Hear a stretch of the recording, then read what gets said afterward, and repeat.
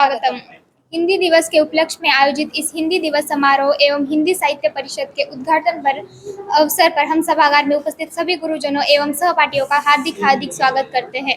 मीठी बात और चेहरे पर मुस्कान, मीठी बात और चेहरे पर मुस्कान, ऐसे अध्यक्ष और अतिथि है हमारे कार्यक्रम की शान। कोई भी कार्यक्रम अध्यक्ष एवं अतिथि के बिना अधूरा होता है। इसीलिए मैं इस कार्यक्रम के अध्यक्ष के रूप में हिंदी विभाग प्रमुख डॉक्टर संदीप पाइकराव सर जी से निवेदन करती हूँ कि वे इस कार्यक्रम का अध्यक्ष स्थान स्वीकार करें। धन्यवाद सर। धन्यवाद सर। आज के इस कार्यक्रम में हमें प्रमुख अतिथि रूप में मौलाना आज़ाद नेशनल उर्दू यूनिवर्सिटी हैदराबाद से पधारे प्रोफेसर पठान रहीम खान जी से निवेदन करती हूँ कि वे इस कार्यक्रम के अतिथि का स्थान ग्रहण करें। धन्यवाद सर। इस वक्त मंच पर हिंदी विभाग प्रमुख doctor Sandeep Paikrao sir, doctor Sainath Shahu sir, doctor Sunil Jadhav sir उपस्थित है। अतिथि का स्वागत शब्द सुमनों से करें। मैं यहाँ स्वागत गीत के लिए तृतीय वर्ष की छात्रा सलोनी खंदारे जी को आमंत्रित करती हूँ कि वे मंच पर आए और स्वागत गीत प्रस्तुत करें। मन की वीणा से गुंजित ध्वनि मंगलम, मन की वीणा से गुंजित ध्वनि मंगलम, स्वागतम स्वागतम स्वागतम स्वागतम स्वागतम स्वागतम स्वागतम स्वागतम। मन की वीणा से गुंजित ध्वनि मंगलम, स्वागतम स्वागतम स्वागतम स्वागतम। कैसा पावन सुहावन समय आज है, आप आए अतिथियों में सरताज है। कैसा पावन सुहावन समय आज है, आप आए अतिथियों में सरताज है। देव की भांति कार्यक्रम की भूमिका प्रस्तुत करने के लिए मैं हिंदी विभाग मैं डॉक्टर सुनील जाधव सर से निवेदन करती हूँ कि वे कार्यक्रम की भूमिका प्रस्तुत करें। हिंदी दिवस के उपलक्ष्य में आयोजित आज के इस विशेष व्याख्यान में हम आप सभी का हार्दिक स्वागत करते हैं। प्रमुख अतिथि के रूप में मौलाना आज़ाद यूनिवर्सिटी से प्रोफेसर डॉक्टर रहीम पठान जी को यहाँ आमंत्रित किया गया है।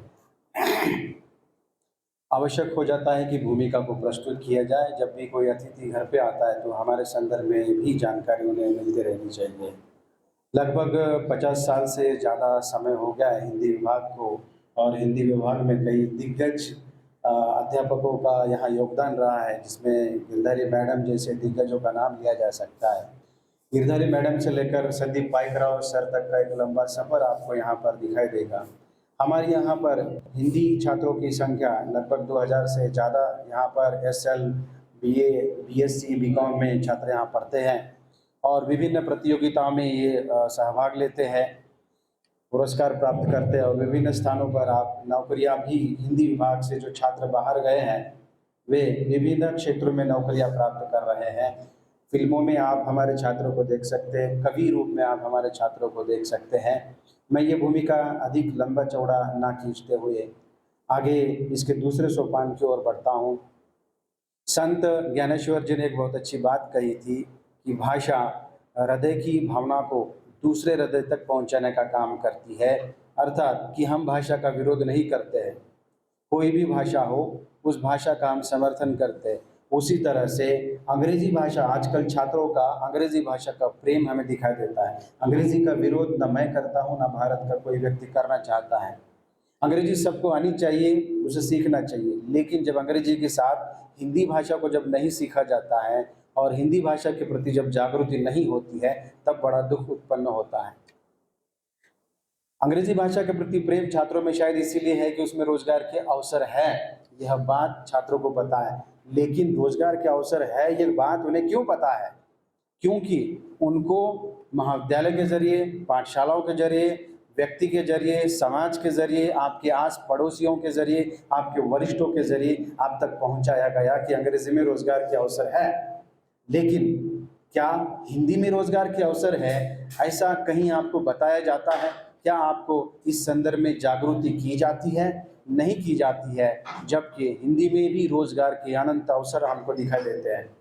ये हिंदी के रोजगार कई क्षेत्रों में आपको दिखाई देंगे, शिक्षा के क्षेत्र में हो, सरकारी क्षेत्र में हो, मीडिया के क्षेत्र में हो या अन्य कई क्षेत्र है, ऐसे हिंदी में मिलने वाले लाखों रोजगार के अवसर है। बस इतना ही फर्क है कि हिंदी छात्रों को इस संदर्भ में जानकारी नहीं होने के कारण उनका अंग्रेजी प्रेम दिखाई देता है, जबकि हिंदी में भी अंग्रेजी से ज़्यादा अब रोजगार के अवसर उपलब्ध होने लगे हैं। इस संदर्भ में आखिर रोजगार कौन कौन से है, कितने रोजगारों की प्राप्ति हम यहाँ कर सकते हैं, इन सब को कौन कौन से ऐसे क्षेत्र है जहाँ रोजगार हम प्राप्त कर सकते हैं, कौन सा क्षेत्र है, कैसे रोजगार प्राप्त कर सकते हैं, इन सारे सवालों को जवाब देने के लिए हमने यहाँ पर मौलाना विश्वविद्यालय यूनिवर्सिटी से जो है प्रोफेसर रहीम पठान जी को यहाँ आमंत्रित किया है। उनके व्याख्यान में ये बात आप तक पहुँचाई जाएगी कि आखिर हिंदी में कौन कौन से रोजगार के अवसर हैं और कौन कौन से क्षेत्र है जहाँ से आप इन रोजगारों को प्राप्त कर सकते हैं। धन्यवाद।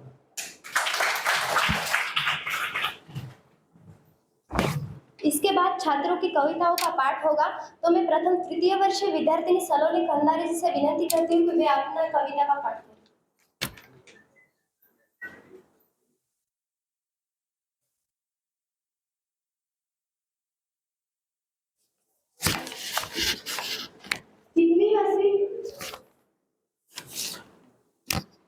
कितनी हसीन है ये दुनिया, नदियों का बहना, पानी का झरनों से गिरना, आसमान के घने बादल, उन पर चिड़ियों का उड़ना, बादल में से छोटे बूंदों का हम पर गिरना। जिसने कर लिया प्रकृति के महसूस, उसने सीख लिया जिंदगी को जीना, क्योंकि उसे पता है जो पल आएगा वह चला जाएगा, वक्त हाथ से रेत की तरह फिसल जाएगा। इसलिए जो पल है उसमें जी लो अपनी जिंदगी, क्योंकि यह पल लौटकर दोबारा वापस नहीं आएगा।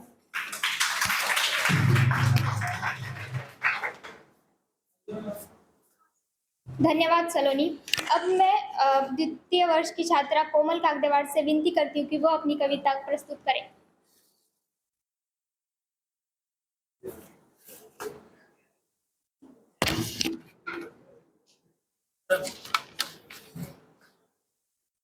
मैंने खुद कविता लिखी है। तो गुरु पे, जो अपने गुरु है, हम जो कहते हैं गुरु हमें ज्ञान देते हैं, मगर नहीं, गुरु सिर्फ ज्ञान नहीं देते, बहुत कुछ देते हैं। उन्हीं गुरु के लिए मैंने एक छोटी सी कविता लिखी है, मैं वो आपके सामने प्रस्तुत करूंगी। कौन है गुरु?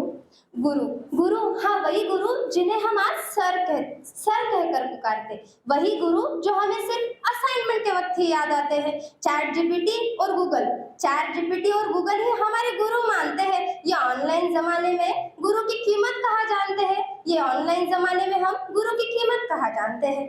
बचपन से उन्हें देखते आए हैं, कभी पहचाना है वह हमारे लिए क्या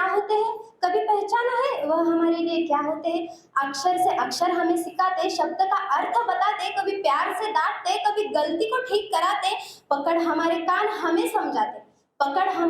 हमें समझाते, धरती का भूगोल बताते, इतिहास की कथा सुनाते, विज्ञान की पहचान कराते, प्रश्न गणित का हल कराते, हिंदी से हमें जुड़वाते। पैसों से ज्यादा तो वो रिश्तों की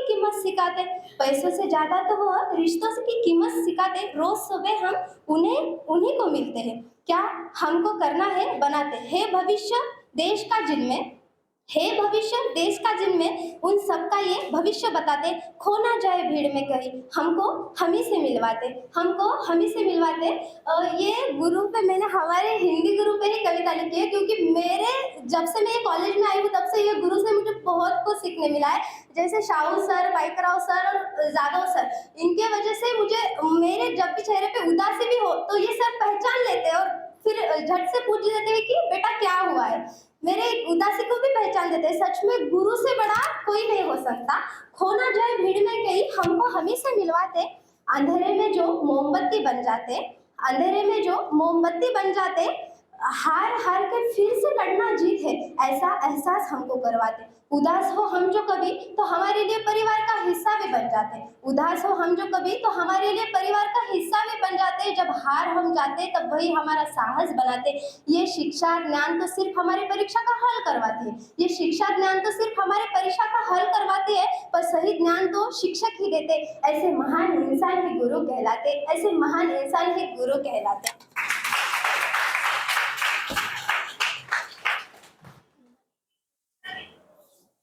धन्यवाद कोमल।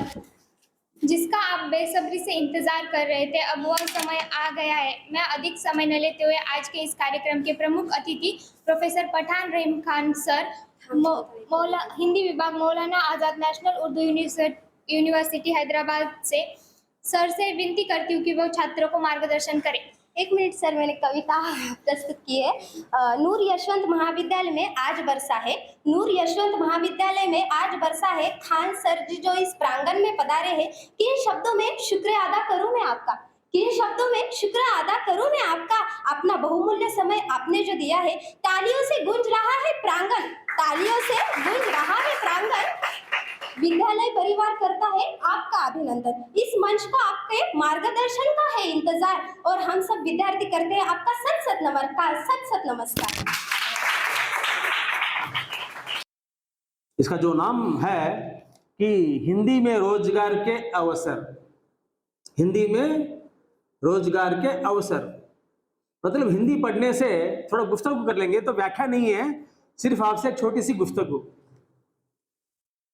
हिंदी पढ़ने से क्या मिलेगा? बहुत सारे लोगों ने, आज का प्रश्न नहीं है ये, 30-35 साल का प्रश्न है हमारे सामने, सर हिंदी पढ़ने से कुछ नौकरी मिलेगी? हम आगे क्या करेंगे हिंदी पढ़ने से? कोई साइंस लेता है, कोई मैथ्स लेता है, कोई इंजीनियरिंग, कोई मेडिसिन, कोई ये वो, लेकिन हिंदी लैंग्वेज को, हिंदी भाषा को कौन पढ़ता है? पढ़ने से क्या कोई अवसर है उसके आगे? कोई नौकरियां हैं? ये प्रश्न आज का प्रश्न नहीं है, 35 साल 40 साल का प्रश्न हमारे सामने आज भी प्रासंगिक हो रहा है। मैं कहूँगा कि जो अब मैं आपके सामने ठहरा हूँ, जो आपके सामने जो बैठे हैं, यही साक्षी है हिंदी के लिए, क्योंकि हिंदी एक समृद्ध भाषा है। हिंदी एक मानव संबंधों को, मानव रिश्तों को, दो दिलों को जोड़ने वाली भाषा है। वो साइंस में नहीं है, वो इंजीनियरिंग में नहीं है, वो मेडिकल में नहीं है। एक सेमिनार में मैं कहा था, एमबीबीएस वालों को, एमडी वालों को, इंजीनियरिंग वालों को हिंदी साहित्य पढ़ाना जरूरी है। साहित्य पढ़ने से क्या है, आदमी का दिल नरम हो जाता है, आदमी का दिल नरमी बनती जाती है। साहित्य इतना प्रभावित करता है, वो साइंस में नहीं है। इसलिए कहीं भी डॉक्टर्स क्या है, कहीं पेशेंट को हम ले गए तो बेरहम से कहते हैं कि आप पैसे भरो, उधर 2 लाख भरो, आपको पेशेंट को एडमिट करो, बोलेंगे ना, कहीं हम सुनते हैं। उनमें नरमागी नहीं है। जो एमबीबीएस पढ़े, एमडी पढ़े, उनमें नहीं है। वो नर्म जो दिल है वो सिर्फ साहित्य से ही बनता है। साहित्य इतनी मजबूत चीज है कि दो दिलों को आपस में जोड़ती है, तोड़ती नहीं कभी भी। उसमें हिंदी और भी मजबूत से जोड़ने वाली एक कड़ी है। क्योंकि मैं बीकॉम का स्टूडेंट था बहुत पहले, 85-88 की बात, शायद आपका पिता का उम्र होगा मेरा, इसीलिए मैं आपको बेटा बेटी कहा। जब बीकॉम से मैं एमकॉम में भी मुझे सीट मिली और एमए हिंदी में भी सीट मिली, तो मैं सोचा कि एमए हिंदी में मैं जाऊं, क्योंकि मेरे लिए हिंदी थोड़ी सी आसान थी। तो हिंदी पढ़ने के बाद 30-40 साल के बाद मैं इसी आपके सामने जो रहा, मैं वही हूं। इस बीच मैं ये कह रहा था आपसे, क्योंकि हिंदी पढ़ने से क्या फायदे हैं, हिंदी से क्या नौकरी मिलती है क्या? बहुत सारी नौकरियां हैं, आप नहीं जानते। यहां तक कि 200 करीब भारत में 250 क्षेत्रों में हिंदी की नौकरियां हैं। 250, आप सुन के हैरान हो जाएंगे। कौन सी भी ऐसा क्षेत्र नहीं है जहां पर हिंदी नहीं है। आप विश्वास नहीं करते, मेरी एमए 88-90, क्योंकि मैं अब एक एग्जांपल बता रहा हूं, मैं अपनी एग्जांपल। 88-90 मेरी एमए, 91 बीएड, 92-93 एमफिल, 94 एमएड, 96 मेरी पीएचडी, 97 में मेरी अवार्ड हो गई, 99 में मुझे नौकरी मिली, 91 से लेकर 96 तक मुझे करीब 60 नौकरियों की मुझे इंटरव्यूज मिले सर, 60। आज भी मेरे पास वो इंटरव्यू लेटर है, मैं कभी उसको देख लेता हूं। कभी ऐसा केंद्रीय विद्यालय, Navodaya, social welfare, Hindi officer, सारी नौकरियां कभी देखता हूं मैं। अपने नाम से जो ऊपर लगा हुआ रहता है स्लिप, इंटरव्यू का डेट वगैरह वगैरह, थोड़ा खुश हो जाता हूं, देख लेता हूं मैं अपने आप को। एक फाइल बना के उसको चिपका के रखा मैं सबको। 60, आप विश्वास नहीं करते। हर क्षेत्र से मुझे नौकरी मिली, लेकिन मैं चुना अध्यापन की नौकरी, क्योंकि ये नौकरी एक क्या है जिससे हम, इस नौकरी से क्या है, अध्यापक जो प्रोफेशन है, नौकरी है, यह है रिश्तों को जोड़ने वाली, एक संबंध को जोड़ने वाली। स्टूडेंट और टीचर का जो रिलेशन है, जो उनका संबंध है, अटूट संबंध। आज भी मेरे टीचर, पीएचडी के गाइड आज भी जीवित है सर। मैं सेमिनार में उनको बुलाया, मेरी पीएचडी होके 30 साल हो गया, करीब 30 इयर्स। आज भी मेरे टीचर को देखकर मैं इतना घबराता हूँ, डरता हूँ उनसे बात करने के लिए। फोन पे भी क्या है, मैं घबराता हूँ फोन में बात करने के लिए। डर से नहीं है, एक प्रेम से, एक स्नेह से, बहुत अच्छा लगता है। मेरे सेमिनार में भी आए थे 2-3 तारीख को। मैं सिर्फ क्यों कर रहा हूं, सिर्फ क्या है, लैंग्वेज में ही यह भावना पैदा होती है, साइंस में नहीं होती, मैथ्स में नहीं होती, इंजीनियरिंग में नहीं होती, मेडिकल में नहीं होती। अब जितने भी बड़े बनो, उसमें नहीं है। सिर्फ साहित्य में ही वो उदारता, स्नेह, सौभ्रातृत्व, एक स्नेह, ये लिटरेचर में है। हम वो लिटरेचर को पढ़ रहे हैं, ये हमारे सौभाग्य की बात है। इससे अपने दिल क्या है, अपने दिल बहुत नरमी है। हम अपने जो साहित्य पढ़ता है, उनके दिल बहुत नरमी होती है। आप कहीं भी जाके देखिए, ये मैं प्रमाण हूं। मैं उनकी बातचीत, उनका व्यवहार, उनकी शैली जैसा दूसरों की जैसे नहीं होती। और आइए रोजगार के बारे में, मैं यही कह रहा था आपसे कि 250 क्षेत्रों में 250 से अधिक की नौकरियां हमारे सामने तैयार है आजकल। मैं विश्वास नहीं किया। अभी मेरी उम्र 60 के करीब करीब मैं आ रहा हूं, 59 मेरी, 58 कंप्लीट, 59 में आया हूं मैं। हम इतना अपडेट नहीं हैं, इतना टेक्नोलॉजी बढ़ा, इतनी नौकरियां मिली। एक बात सुनिए, 91 से 96 तक मुझे 60 नौकरियों की अगर इंटरव्यू आई, तो आजकल के संदर्भ में अगर मैं होता तो बहुत सारी नौकरियां, 200, 300, 400 बहुत आते थे, बहुत छोड़ता था मैं। लेकिन मैं चुना, इस प्रोफेशन को चुना, क्योंकि इस प्रोफेशन से क्या है, बहुत सारा सीख सकते हैं, बहुत सारा हम दे सकते हैं। आजकल के छात्रों में क्या है, एक बात तो याद ध्यान रखिए, हम अपने परिवार के साथ जुड़े हुए हैं ना, अपने माता पिता के साथ, है या नहीं? पहले क्या है, परिवार को देखना ना, परिवार, माता पिता बहुत उम्मीदें लेकर उन्होंने हमें कॉलेज भेजा, स्कूल भेजा, और आगे पढ़ाई के लिए भेजेंगे, आगे रिसर्च के लिए भेजेंगे। कुछ ना कुछ जीवन में हमें लेना भी है और उनको देना भी है। हर हमेशा मैं यही ध्यान रखता था अपने माता पिता की। आप विश्वास नहीं करते, क्योंकि एक छोटा एग्जाम्पल दे रहा हूं मैं। मेरी माँ की मृत्यु 2 साल पहले हुई थी, 74 एज में। 70 तक जब मैं यहाँ पर हैदराबाद में आया, प्रोफेसर से भी हुआ, मेरी माँ को ले जाकर मैं, मेरी माँ जो कपड़े दिलाती है वही पहनता हूँ उनके हिसाब से। माँ भाई ये इसको लेना है, नहीं ये ठीक नहीं, ये ले लो, ये ले लो। उनके हिसाब से ही मैं कपड़े लिया, उनके हिसाब से ही मैं चला। आज मैं गर्व से बोलता हूँ,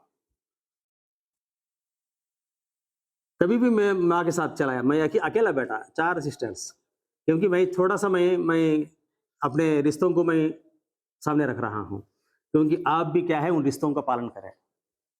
एक छोटा सा एग्जाम्पल, क्योंकि परिवार हमें सामने है, हमारे पीछे परिवार है, उसको ध्यान में रखना जरूरी है।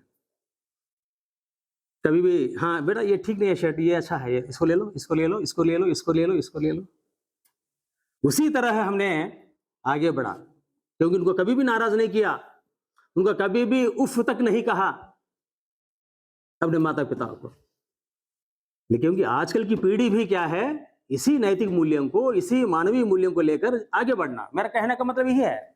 अपने घर में भी माता पिता है, भाई बहन है, मेरे 4 बहना, आज तक भी उनकी जरूरत पड़े तो मुझे फोन करते, मैं तुरंत मैं सैटरडे संडे में निकल जाता हूं मैं अपने घर को। यहाँ तक कि उनके हस्बैंड, उनके बहुत बड़े पुलिस ऑफिसर्स हैं, फिर भी एक भाई को जो बोलना है वो बोल देते, भाई हमें ये काम होना, मेरी बेटी को ये होना, थोड़ी उनकी पढ़ाई ये, उनका इंटरव्यू ये, उनसे बात करो। भाई एक भाई के नाते, बड़े भाई के नाते अपने रिश्तों को निभाते हुए मैं चला जाता हूँ घर, 250 किलोमीटर दूरी, जैसा नांदेड़ है उसी तरह। इन सब बातों को ध्यान में रखते हुए अपने मूल्यों को बचाए रखना, पढ़ाई पढ़ना ये अलग बात, पहले जो मुख्य बिंदु है परिवार को लेकर चलना, नैतिक मूल्यों को लेकर चलना, मानवीय मूल्यों को लेकर चलना, दिस इज फर्स्ट इंपॉर्टेंट, हमारा अहम मुद्दा है। बात समझ में आ रही है ना? पढ़ाई बाद में, पढ़ाई अपने आप में आ जाएगी। वो जब कोई व्यक्ति अगर ये सारी चीजें अगर खुद करेगा तो आपको सब चीजें आपके पीछे रहेंगे। जब माता पिता की सेवा आप करेंगे, ये सारी चीजें आपको उनकी दुआओं से आपको खुद ब खुद मिल जाएगी। वो प्रमाण मैं हूं आपके सामने।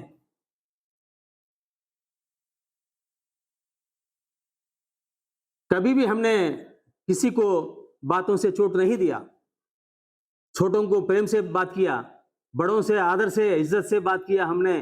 कभी भी कोई भी गालियां भी दिया, कोई भी नाराज भी हमसे, थोड़ा मुस्कुराते हुए बस आगे चले जाना। बस हमसे छोटा दिखा, प्रेम से उसको थोड़ा सा, अगर बड़ा कोई दिखा तो नमस्ते करो, थोड़ा थोड़ा 2-3 मीठी बातें बात करो उनसे, थोड़ा अच्छा मोहब्बत से मिले जिले, आगे बढ़ो। जीवन में तो यही है, जीवन का सार यही है, मानवीय मूल्य, नैतिक मूल्य इसी में है। दूसरी बात, इस युवा पीढ़ी अधिकतर क्या है, हम ज्यादा झूठ बोलने लगते हैं, ज्यादा झूठ बोलते हैं, टीचरों से, माँ बाप से, दोस्तों से, अपने खास मेहमानों से। ना है ऐसा कोई? है ऐसा? बोलते हैं क्योंकि युवा पीढ़ी है, अपने कामों से थोड़ा बचने के लिए थोड़ा सा ये कभी फैन थोड़ा बंद करे तो अच्छा है सर, अच्छा है, फैन ही बंद कर दो क्योंकि आवाज गूंज रही है।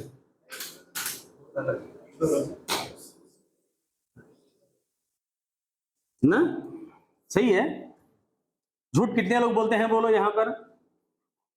झूठ बोलते हैं, लेकिन कभी भी मैं अपने माता पिता से कभी भी झूठ नहीं बोला, अपने माता पिता से, अपने दोस्तों से कभी भी नहीं, बिल्कुल नहीं बोलेंगे। पहले जमाने में सर हम सुनते थे, शास्त्रों में बड़े लोगों से सुनता था मैं कि जब कोई मुसीबत होती है, कोई तकलीफ होती है तो क्या है, 2 रकात नमाज पढ़ो, प्रेयर करो, अपने हिसाब से अपने करो तो क्या है, तकलीफ दूर होती थी, वो तकलीफ दूर होती थी।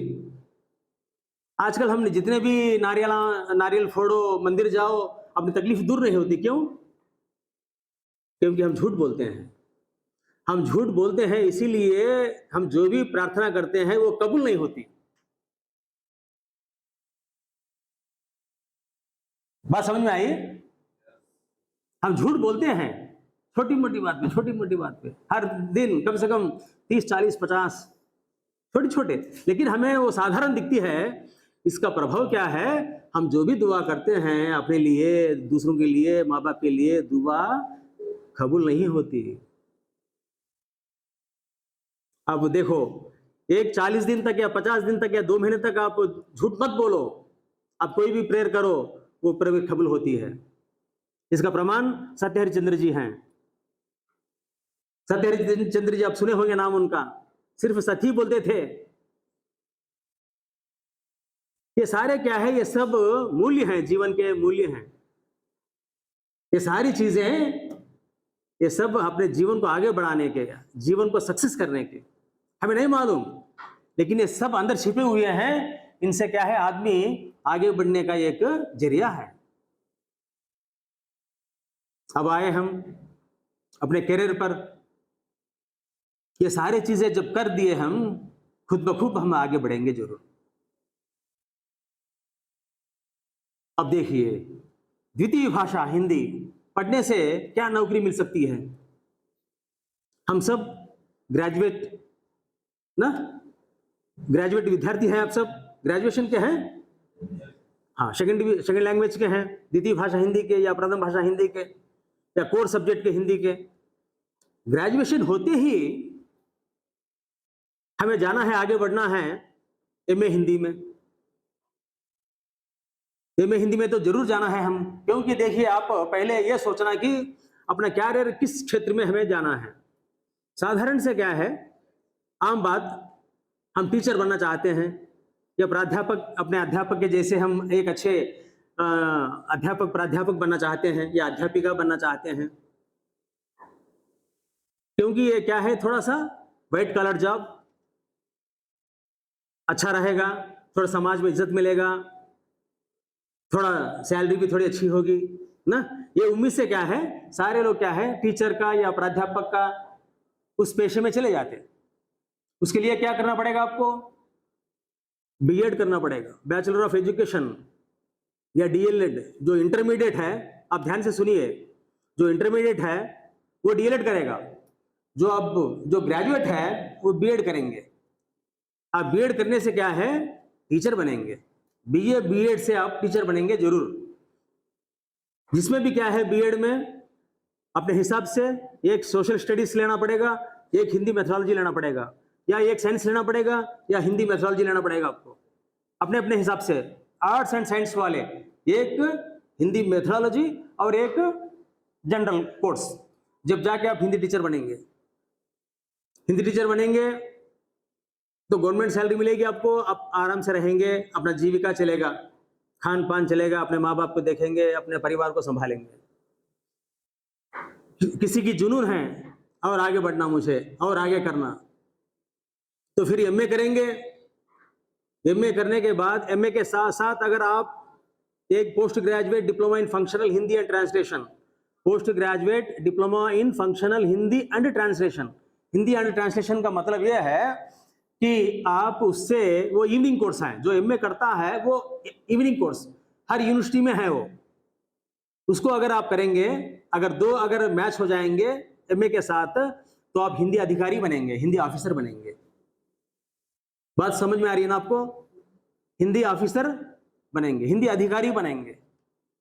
ये हिंदी अधिकारी नौकरी हर क्षेत्र में है भारत में, बैंकिंग में है, रेलवेज में है, और जो एसएससी स्टाफ सिलेक्शन कमीशन जो इसको एग्जाम चलाती है हिंदी ऑफिसर की, और मिनिस्ट्रीज में है, राजभाषा, लोकसभा में है, राज्यसभा में है, और हर क्षेत्र में, हर जगह है, एलआईसी में है, पोस्टल में है, और हर विश्वविद्यालयों में है हिंदी अधिकारी पोस्ट।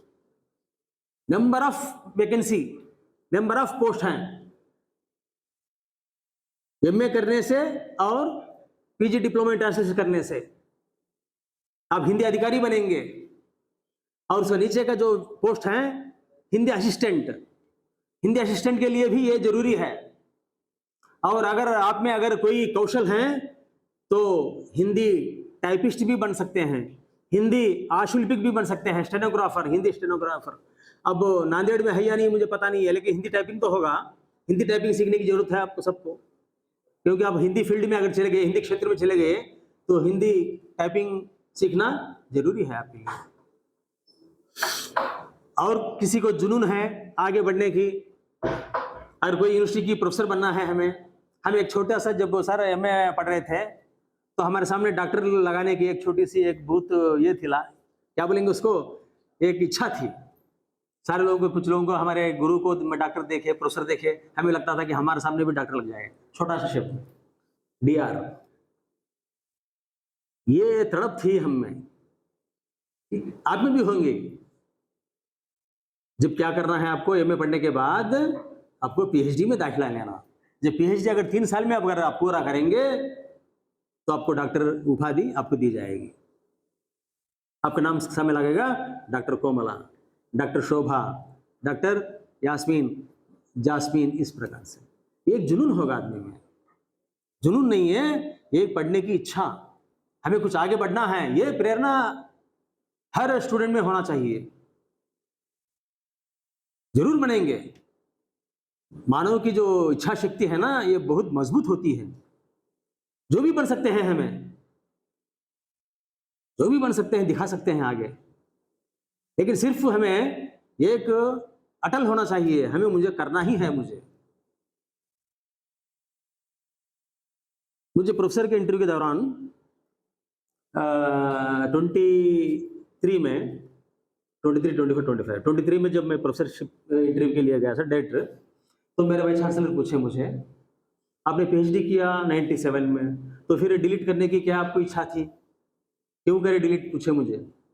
मैं बोला कि सर मुझे एक ही मेरी इच्छा थी कि 400 टीचरों में या 500 टीचरों में मैं थोड़ा आगे जाऊं, एक विशिष्ट व्यक्तित्व मेरा बने कैंपस में। मैं उनको समाधान दिया, तो अच्छा, तो अब पहला डिलीट है हमारे विश्वविद्यालय में, मौलाना आजाद नेशनल विश्वविद्यालय में, अमंग 400 टीचर या 500 टीचर्स में पहला मैं डिलीट हूं, कोई भी नहीं किया। मुझ में वो थी, थोड़ा फायर था, मुझे जैसा भी हो मुझे आगे बढ़ना। तो मैं असिस्टेंट प्रोफेसर से डायरेक्ट मैं प्रोफेसर के लिए इंटरव्यू गया, तो मेरे सामने बहुत सारी चीज़ें हमने रखा था वीसी के सामने। तो वीसी बोले कि ठीक है। अब उन्होंने क्वेश्चन करते गए मुझे, वीसी किए, एक्सपर्ट्स किए, पूरे 7 लोगों ने कम से कम मुझे 45 मिनट्स तक इंटरव्यू पूछा, कम से कम 60-70 प्रश्न मुझे पूछे, उससे ज़्यादा पूछे। हर प्रश्न का मैं एकदम फ्रेंडली से जवाब दिया उनको, जैसा आपसे गुफ्तगू किया मैं एकदम फ्री से उनसे मैं रिस्पांस दिया, उनको दिया।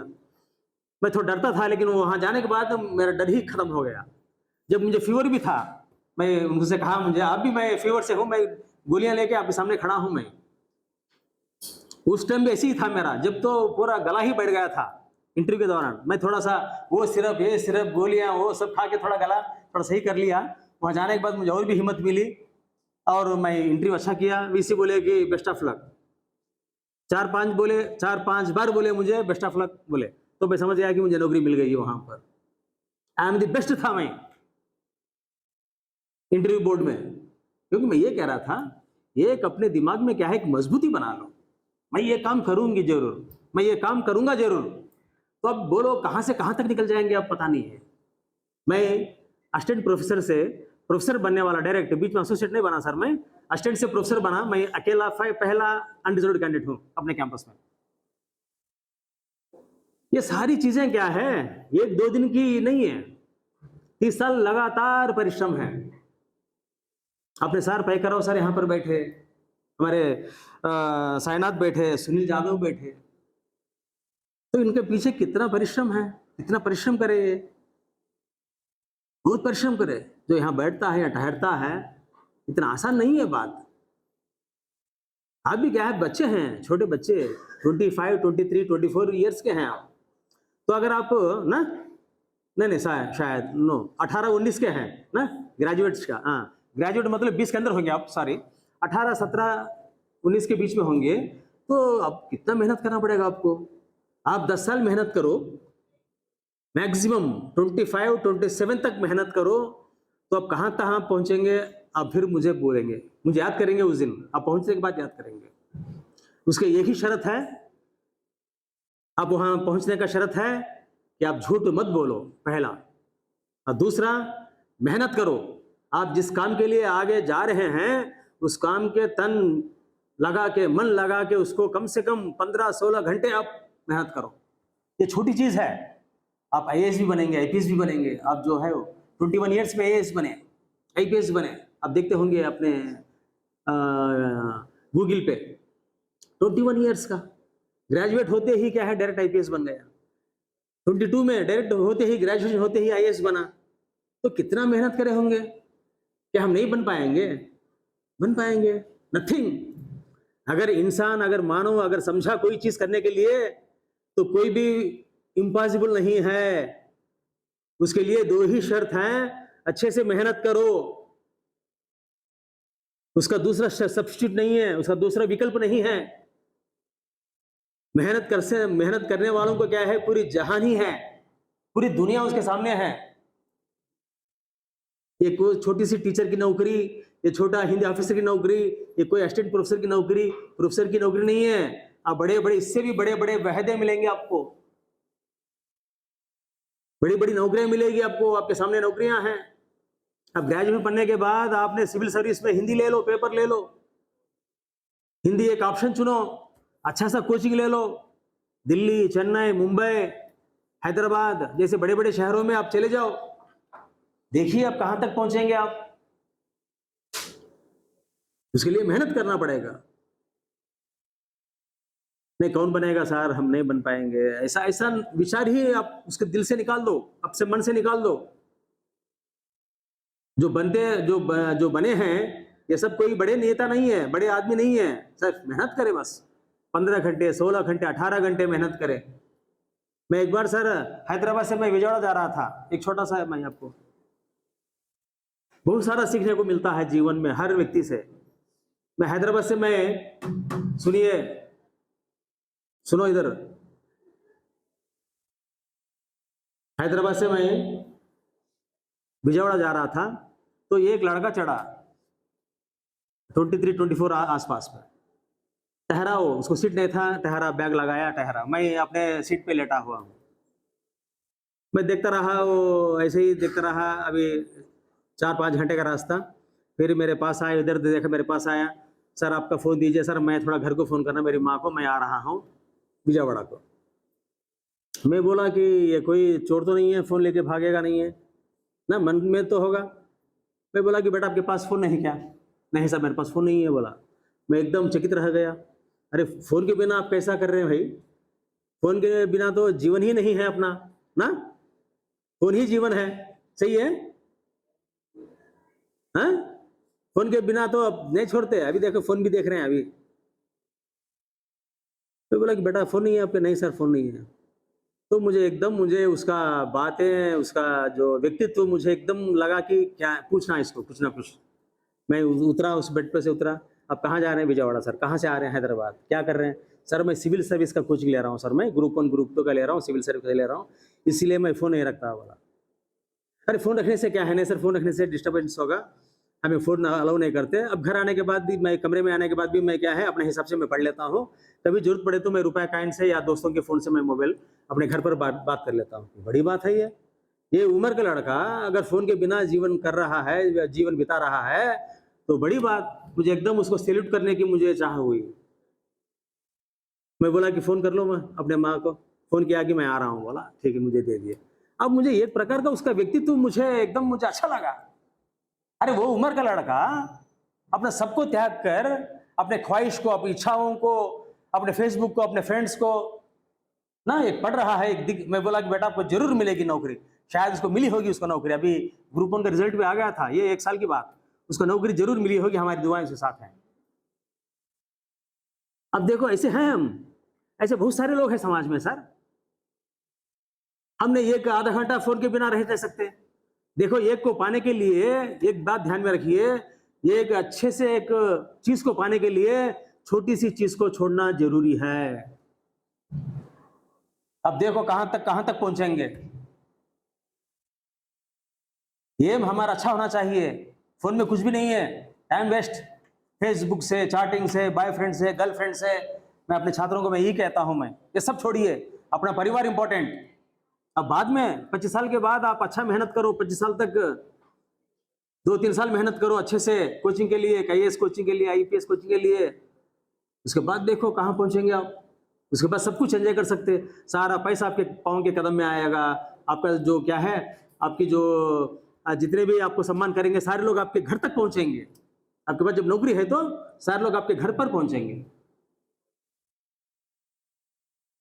छोटी छोटी चीजों में पढ़कर अपना लाइफ स्पाइल कर रहे हैं हम, छोटी छोटी चीजें, मोबाइल के चक्कर में, दोस्तों के चक्कर में, ये सारी चीजें छोड़ दो आप, क्योंकि आप छात्र हैं, छोटे बच्चे हैं आप, 18 साल के, 19 साल के। आप इसमें गड़बड़ में मत जाना। आप एक दिल में एक एम रख लो कि मैं ये बनना है, मैं बनना है तो टीचर बनना है, या तो मैं प्रोफेसर बनना है, या तो मैं IAS सिविल सर्वेंट बनना है। एक थाम लेना और उसके हिसाब से जिंदगी जीवन हमें यापन करना। मेहनत करना 16 आवर्स। मैं इसको पूछा, बेटा तुम कितने घंटे पढ़ते हो? उसको वो लड़के से बोला कि सर मैं ऐसा नहीं सर, मैं जब नींद आता हूँ तो सो जाता हूँ, मैं जब फिर जागता हूँ तो मैं पढ़ लेता हूँ। यही बताया। बड़ी मुश्किल से 4-5 घंटे सोता होगा वो लड़का। बहुत अच्छा लगा मुझे, बहुत अच्छा लगा। I am very impressed. मैं सोचा कि ऐसे भी वे लड़के हैं कि आजकल बिना मोबाइल के। मैंने विश्वास नहीं किया, लेकिन उसके बातों से मुझे लगा कि ये सच है। मैंने जो देखा ट्रेन में वो सच है। आप भी देखिए, आप भी छोड़कर देखिए। आप ग्रेजुएशन में आए, ये सारी चीजों को दूर रखिए थोड़ा सा। माँ बाप को ध्यान में रखो, नैतिक मूल्यों को, मानवीय मूल्य। अगर कोई किसी को कष्ट है तो थोड़ा उसको थोड़ा प्यार से, मोहब्बत से थोड़ा उसको ये करो, उसका जो कष्ट को दूर करो। बातों से भी हम बहुत सारे कुछ कर सकते हैं। और दूसरी बात, मैं बीच बीच में जो एग्जाम्पल दे रहा हूं ये सब आप थोड़ा सा उसको अपने दिल में उतारें। ऐसा नहीं कि ये सब टाइम पास के लिए नहीं बोल रहा हूं मैं, ये सब प्रमाण है अपने जीवन में। और बाद में अगर जो एमए किया, जो आगे बढ़ना चाहता है, पीएचडी करना चाहता है, पीएचडी करने के बाद उसके साथ साथ आप सब जानते होंगे कि जेआरएफ है, जूनियर रिसर्च फेलोशिप है। मतलब जो NET NTA national testing agency ये एग्जाम चलाती है। अगर ये एग्जाम अगर आप पास होते हैं तो आपको रिसर्च करने के लिए हर महीना 40,000 50,000 आपको देगी गवर्नमेंट सरकार। एवरी मंथ 40,000 जेआरएफ में देगी, और 2 साल के बाद एसआरएफ में आपको 50,000 देगी। ऐसा आपको 5 साल देगी आपको। अब 3 साल में आप पीएचडी पूरा करके डिग्री लेके आप आराम से आप बाहर आ सकते हैं। जेआरएफ से क्या है, आपको नौकरी भी मिल सकती है। एक कंडीशन है कि मेहनत की जरूरत है हर जगह। तो कोई वैकल्प नहीं। अब हम होटल गए, होटल जाने के बाद क्या है, नाश्ता करने के लिए, पेट भरने के लिए, थोड़ा प्यास बुझाने के लिए वहां पर बहुत सारे व्यंजन हैं अपने सामने। ये सब विकल्प है। चाहे इडली खाओ, चाहे डोसा खाओ, चाहे वड़ा खाओ, चाहे दूसरा खाओ, चाहे तीसरा खाओ, ये सब विकल्प है। लेकिन परिश्रम के लिए कोई विकल्प नहीं। परिश्रम है, परिश्रम करना ही है 100%, जब जाके आप आगे बढ़ेंगे 100%। मैं सारी बातें आपको मैं क्यों कह रहा हूं, ये खुद अपनी जिंदगी में भी हम उतारे। मैं भी अपनी जिंदगी में, आप विश्वास नहीं करते, लेकिन मैं घर जाने के बाद सर मैं 6 बजे से लेके 9 बजे 10-15 मिनट का मैं डिनर कर लेता हूँ। रात में न्यूज़ देखता हूँ 1 आधा घंटा समझो। उसके बाद फिर मैं 12 बजे तक, मैक्सिमम 1 बजे तक मैं पढ़ लेता हूँ। रात में कुछ ना कुछ लिखना। जब मैं डिलीट के दौरान मैं 3-4 बजे तक भी मैं जागता था। 3-4 बजे तक जागता था मैं। मेरी मिसेस बोलती कि अब क्या है, तुमने असिस्टेंट प्रोफेसर बन गए, अब ये सीनियर स्केल में आ गए, अब सो जाओ, क्या करते अब इतनी रात दे करके, अब इससे क्या, कोई तुमको आने वाला नहीं जाने वाला नहीं है। बोलेंगे ना घर में औरतें, पत्नी बोलती है अब सो जाओ, तबीयत क्यों बिगाड़ते हो बेकार में। मैं बोला कि नहीं, मुझे मेरा एक ही विश्वास है कि जो समय को सदुपयोग करता है, जो समय को साथ लेकर चलता है, उसको समय हर हमेशा रक्षा करती है। समय उसको हर हमेशा रक्षा करेगी। इसको आप लिख के रखिए अपने किताब में। अगर आप समय को जैसा बर्बाद करते हैं, समय भी आपको आगे बर्बाद करेगी। इसको भी लिख के रखो। मैं 1 आधे घंटे का अगर मैं सदुपयोग किया, उसका उपयोग मुझे जरूर दिखेगा 100%। प्रमाणित हूं मैं प्रमाण हूं यहाँ पर। मैं जिस चीज को लेकर चला वो कभी भी मुझे धोखा नहीं दिया समय। दोस्त धोखा दे सकता है, या कोई भी धोखा दोस्त या कोई भी अपने मित्र, बड़े कोई भी रिश्तेदार, लेकिन समय कभी भी आदमी आपको धोखा नहीं देगा। आप आधे घंटे का, 1 घंटे का, 10 घंटे का, 15 घंटे का, 16 घंटे का आप सदुपयोग किए तो आगे आपको वही आपको मिलेगा आगे जीवन में 100%। मुझे बाद में लगा ये सच है, क्योंकि मैं असिस्टेंट से मैं डायरेक्ट प्रोफेसर बन गया। जब बीच में एसोसिएट बनता तो फिर 3-4 साल का नुकसान होगा ना, एसोसिएट से फिर 3 साल का नुकसान है, लेकिन डायरेक्ट हमने बन गए। अब वो बनने के बाद फिर हमने सोचा कि अब रेस्ट नहीं लेना, आदमी कभी भी क्या है, एक किसी फिल्म में एक डायलॉग भी था किसी एक हीरो का, success is a journey, success is a journey, it is not a destination. Destination नहीं है, डेस्टिनेशन मतलब एक स्थान नहीं है, वो हर हमेशा एक सफर है, जर्नी एक सफर है, सक्सेस एक सफर है, इसके आगे बढ़ना है हमें। तब तक जब तक हमारी मृत्यु होती, जब तक एक टीचर एक अध्यापक ही है, हर हमेशा कोई ना कोई नई चीज सीखने की एक ढंग है, एक तरीका है। अब देखिए, अब हिंदी पढ़ने से मैं बीच बीच में आपको थोड़ा सा ये सारी चीजें बता रहा हूं मैं, क्योंकि आपका थोड़ा सा सुचारू से आप सुन सके। अब बाद में क्या है, अब हिंदी ऑफिसर की बात कहा मैं, हिंदी ऑफिसर क्या है, हर सेंट्रल यूनिवर्सिटीज में, भारत में सेंट्रल यूनिवर्सिटीज में 45-46 सेंट्रल यूनिवर्सिटीज है, हर सेंट्रल यूनिवर्सिटीज में हिंदी अधिकारी, हिंदी असिस्टेंट का पोस्ट क्रिएट हुआ है, हर जगह है। और बैंकिंग में चले जाओ, हर बैंक में एक हिंदी ऑफिसर है, हिंदी अधिकारी।